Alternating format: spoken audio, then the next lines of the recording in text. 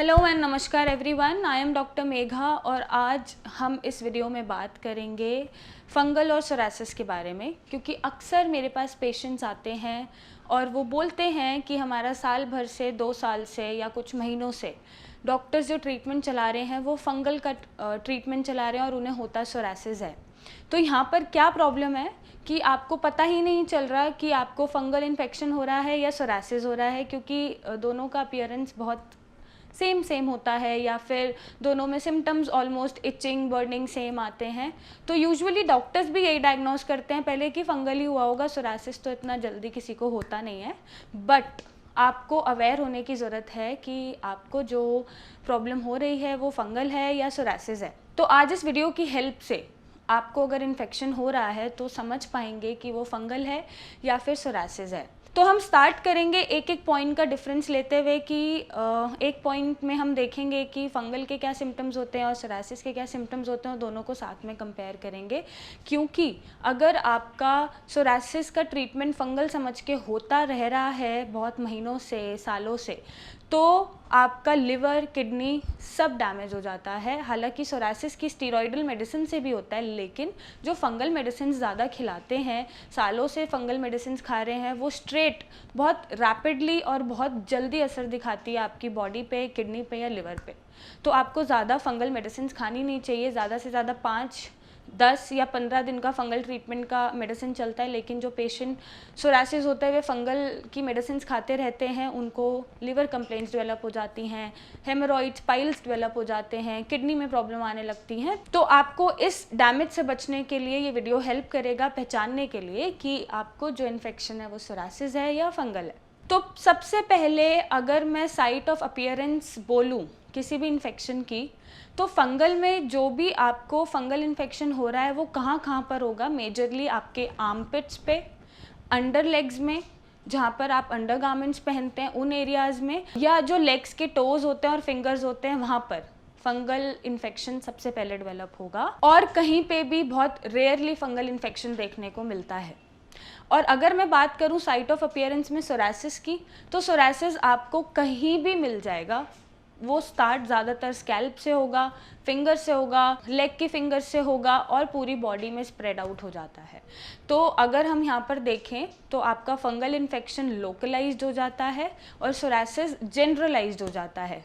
अब लोकलाइज और जनरलाइज से आप क्या समझते हैं? लोकलाइज मीन्स किसी एक ही पर्टिकुलर एरिया को इफेक्ट करना, जनरलाइज मीन्स पूरी बॉडी को इफेक्ट करना। तो फंगल इन्फेक्शन क्योंकि उसकी जो साइट्स हैं वो ज़्यादातर आर्मपिट्स होती हैं, अंडर लेग्स होते हैं जहाँ हम गारमेंट्स पहनते हैं, या लेग्स की टोज या फिंगर्स होती हैं, तो वो एरिया लोकलाइज्ड हो जाता है। जबकि सोरासिस जो है वो जनरलाइज हो जाता है। अगर स्कैल्प पे है तो पूरे स्कैल्प पे मिलेगा, अगर आपको इस एरिया में है तो पूरे इस एरिया में मिलेगा, आपको एब्डोमेन पे है तो पूरे एब्डोमेन पे मिलेगा, और ज़्यादातर पूरी बॉडी में कहीं भी स्प्लिटेड फॉर्म में मिल सकता है। तो सबसे बड़ी पहचान है सोरासिस की और फंगल की।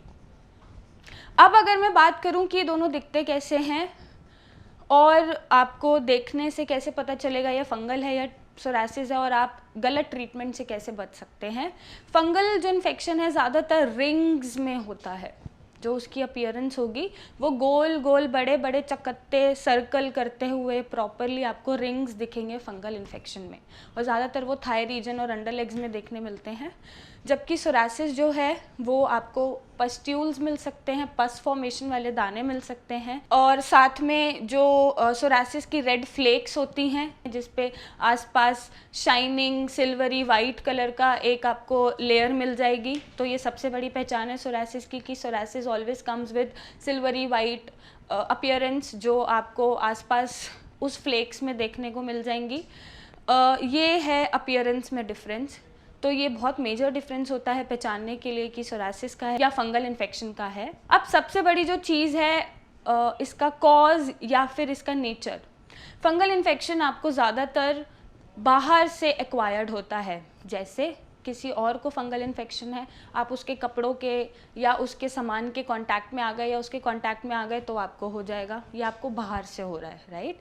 और अगर आपके टावल्स हैं या अंडरगारमेंट्स हैं या कपड़े हैं जिनको यूज़ करके हो रहा है या उनसे फंगल इन्फेक्शन आप एक्वायर्ड कर रहे हो, ये एक रीज़न होता है फंगल इन्फेक्शन का। नेक्स्ट, कई बार होता है कि बॉडी आपकी गीली है और आपने गीले में ही कपड़े पहन लिए और वहाँ पे रब कर लिया, तो ये आपको चीज़ें बाहर से एक्वायर्ड होती हैं। दूसरों का कॉम यूज़ करने से या टावल यूज़ करने से अगर उसको भी इन्फेक्शन है फंगल, तो आपको वो एक्वायर्ड हो जाएगा और आपको भी फंगल इन्फेक्शन हो जाएगा। तो फंगल इन्फेक्शन इज़ समथिंग जो आपको बाहर से हो रहा है, गंदे कीचड़ में पैर जाने से हो रहा है, पैरों में, और पसीनों से हो रहा है, पसीनों से आपने खुजाया और आपका फंगल इन्फेक्शन हो गया। तो ये रीजंस होते हैं फंगल इन्फेक्शन होने के जो बाहर से हो रहे हैं, एक्वायर्ड हो रहे हैं।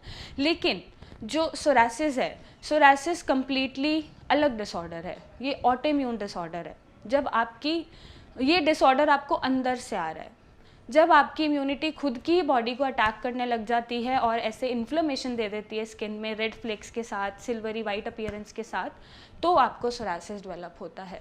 तो दोनों का इटियोलॉजी अलग अलग है। एक इन्फेक्शन आपको बाहर से मिल रहा है और एक इन्फेक्शन आपको अंदर से मिल रहा है जब आपकी इम्यूनिटी ख़राब हो रही है। तो ये एक बहुत मेजर पॉइंट होता है समझने का।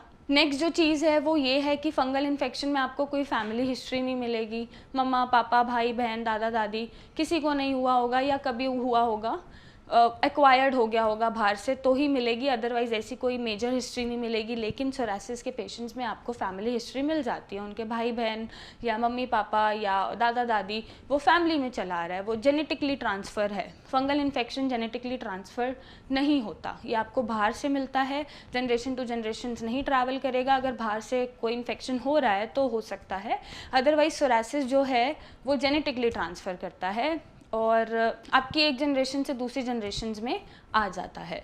तो ये जो है आपको पॉइंट्स हेल्प करेंगे समझने के लिए कि फंगल और सोरासिस में कैसे डिफरेंशिएट कर रहा है। अगर आपके डॉक्टर्स आपके सोरासिस को फंगल समझ के ट्रीट कर रहे हैं तो एब्सोल्युटली गलत है। आप अपने डॉक्टर से क्वेश्चन करें, उनसे पूछें कि उन्हें कैसे पता चला कि ये फंगल है या सोरासिस है, राइट। तो यहाँ पर डायग्नोसिस में भी गलती हो जाती है क्योंकि नहीं समझ में आता एक्यूट केसेस में कि ये क्या हो सकता है। और यहाँ पर मैं यही चाहती हूँ कि इस वीडियो से आपको हेल्प मिले समझने के लिए, क्या आपका ट्रीटमेंट गलत तो नहीं जा रहा है, क्या आप सोरासिस का ट्रीटमेंट फंगल समझ के तो नहीं ले रहे हैं। क्योंकि मेरे पास बहुत पेशेंट्स आते हैं जो ये बोलते हैं कि हमारा जो ट्रीटमेंट है साल भर से 2 साल से फंगल का दिया जा रहा है, सोरासिस को कंसीडर ही नहीं करा जाता। और सबसे बड़ा पॉइंट, अगर फंगल ट्रीटमेंट है तो वो मैक्सिमम 14 to 21 डेज़ में ठीक हो जाएगा। अगर फंगल है तो आपको सालों सालों उसका दवाई लेने का ज़रूरत ही नहीं पड़ेगा। और लेकिन अगर सोरासिस है तो सोरासिस आपका सालों तक बॉडी में रह सकता है, बाहर दिख सकता है, आराम नहीं आएगा आपको। और सोरासिस की खास बात है कि वो एक टाइम पे ठीक हो जाएगा, वेदर चेंज होगा फिर से आ जाएगा। और फंगल के साथ ऐसा कुछ नहीं है। अगर बाहर से आपको कोई स्टिमुलस नहीं मिल रहा है फंगल इन्फेक्शन का तो आपको फंगल इन्फेक्शन नहीं होगा। और ये 14 से 21 दिन में अगर आपका ट्रीटमेंट सही चल रहा है तो ये ठीक हो जाता है। अदरवाइज सोरासिस ऐसा नहीं है, सोरासिस को ठीक करने में थोड़ा टाइम लग जाता है और ये आता जाता रहता है अगर आपका इलाज ढंग से नहीं होता है या नहीं किया जाता है। तो मैं आशा करती हूँ कि इस वीडियो से आपको हेल्प मिलेगी सोरासिस और फंगल को डिफरेंशिएट करने में, ये देखने में कि कहीं आपका ट्रीटमेंट, सोरासिस का ट्रीटमेंट फंगल समझ के तो नहीं दिया जा रहा है, कहीं आपके वाइटल ऑर्गन्स, लिवर है, किडनी है, उनको तो डिस्ट्रॉय नहीं करा जा रहा, डैमेज तो नहीं करा जा रहा, क्या आप अंदर से ख़त्म तो नहीं हो रहे हैं, क्या और कोई मेजर फैक्टर या और कोई मेजर बीमारी तो आपको नहीं लगने वाली है, आपका मेजर ऑर्गन तो नहीं ख़राब होने वाला है। तो आप इस वीडियो से पहचानें कि आपको क्या इन्फेक्शन है। और आपको नहीं पता कि फंगल है या सोरासिस है तो आप हमारे नंबर्स पे जो आपके स्क्रीन्स पे फ्लैश होते हैं उन पे फ़ोटोज़ भेजिए, मेरी डॉक्टर्स की टीम से कंसल्ट करें और गाइडेंस लें और उनसे पूछें कि ये क्या है और आपको इसको कैसे ठीक करना है। क्योंकि दोनों को ही जड़ से ख़त्म किया जा सकता है और दोनों का ही ट्रीटमेंट हमारे यहाँ पॉसिबल है। डॉक्टर्स आपको सही गाइड करेंगे। आप चाहें तो मुझसे आके मिल सकते हैं, मेरे क्लिनिक पे मुझसे पर्सनली मिलिए, अपॉइंटमेंट लीजिए। और आपको कोई भी इन्फेक्शन है, चाहे फंगल है चाहे सोरासिस है, उसका जड़ से इलाज कराइए और सही इलाज कराइए, सही डायग्नोसिस के साथ। So thank you and take care.